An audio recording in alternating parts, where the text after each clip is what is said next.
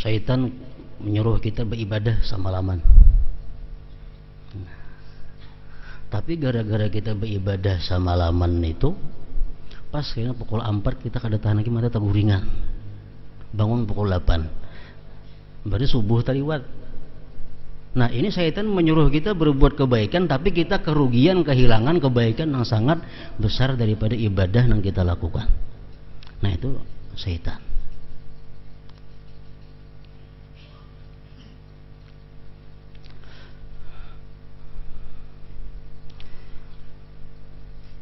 Cara mengetahui kebaikan, bisikan-bisikan berbuat baik nang datangnya dari Allah, itu biasanya sesudah kita melakukan taat, sesudah melakukan ibadah. Tuntung sembahyang, tuntung baca Quran, tuntung baca salawat, tuntung menuntut ilmu, ada bisikan yang baik timbul di hati kita. Nah, itu biasa dari Allah. Kenapa? Sebagai hadiah dari Allah bagi orang yang sudah berbuat taat kepadanya, diberinya hadiah bisikan kebaikan. Nah, bila macam itu gawi.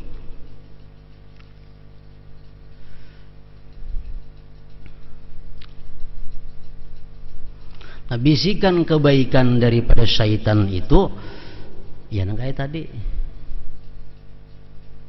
inya menyuruh kita berbuat baik, tapi ada puting-putingnya supaya kita ini rugi. Syaitan bisa menyuruh manusia menuntut ilmu. Syaitan ikam tuntut ilmu, ikam mengaji ilmu tasawuf, ikam mengaji ilmu fikih, ikam mengaji ilmu tauhid. Kaji samun ilmu ikam rugi kada mengaji. Ikam mungkin alim, ikam nyaman dihormati orang, ikam dimuliakan orang. Baik kada ya syaitan. Nah, jadi tujuan syaitan baik menyuruh kita menuntut ilmu, tapi ujungnya ada supaya kita kada ikhlas menuntut ilmu itu. Nah, syaitan.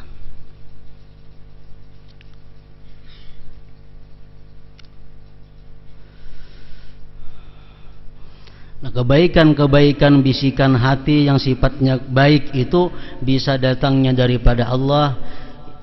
Bila datang dari Allah, segera kita laksanakan. Bila datangnya daripada syaitan, jangan digawi. Jangan digawi. Nah, kemudian yang ketiga, yang kita perlu ketahui lagi, kejahatan, bisikan jahat. Kita bisikan jahat ini mesti tahu datangnya dari mana supaya bisa mengobatinya.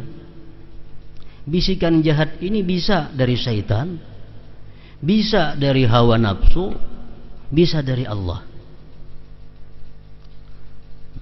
Bisikan jahat itu datangnya dari Allah bisa sesudah kita melakukan maksiat. Sesudah kita minum arak, umpamanya sudah minum arak, datang bisikan ikam melakukan zina. Nah, ini bisa dari Allah sebagai hukuman terhadapnya karena dia melakukan maksiat.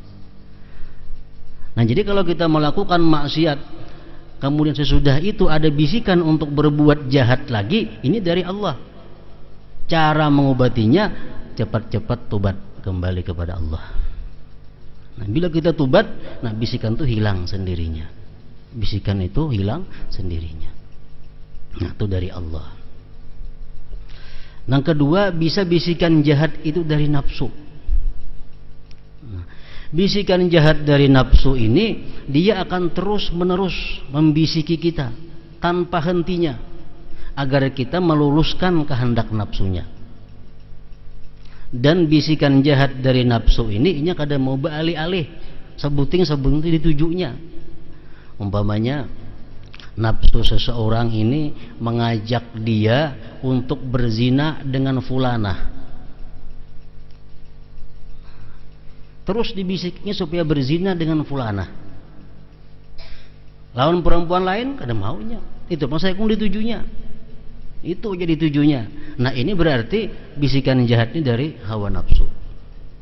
Nah, kalau hal ini datang kepada kita, ini diobati dengan apa? Dengan puasa, diobati dengan apa? Dengan uzlah, dengan khalwat, dengan menghindari pergaulan-pergaulan. Nah, bisikan jahat ini bisa juga datangnya daripada syaitan.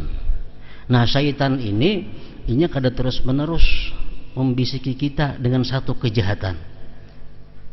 Berbagai macam kejahatan kita dibisikinya, yang penting kita berbuat jahat. Nah, itu syaitan.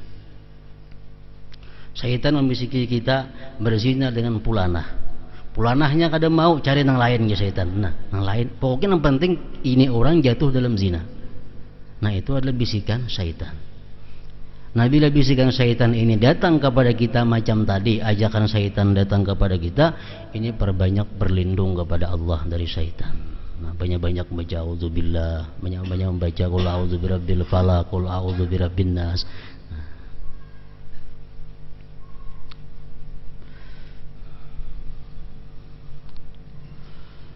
Seorang hamba hendaknya memperhatikan bisikan pertama yang terlintas dalam hatinya. Jika bisikan itu buruk,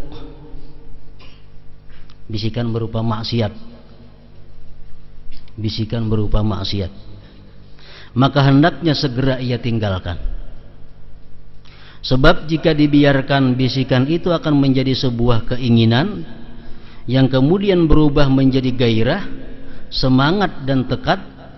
Tekad ini kemudian melahirkan sebuah perbuatan buruk.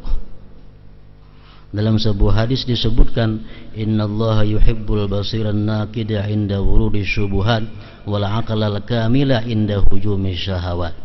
Sesungguhnya Allah mencintai seseorang yang memiliki pengamatan yang teliti saat timbul hal-hal yang meragukan.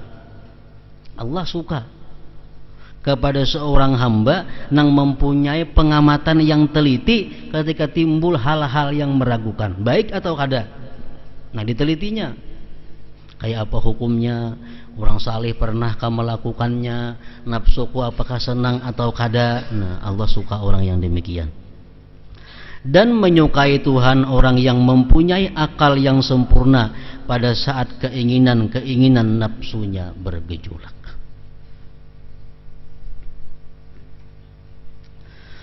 Di samping itu, Sayyidina Abu Bakar Siddiq radhiyallahu anhu pernah berdoa, Allahumma arinil haqqa haqqa warzuqni ittiba'ah wa arinil batila batila warzuqni ijtinabah wa la taj'alhu mushtabahan alayya fa'atba'ul hawa.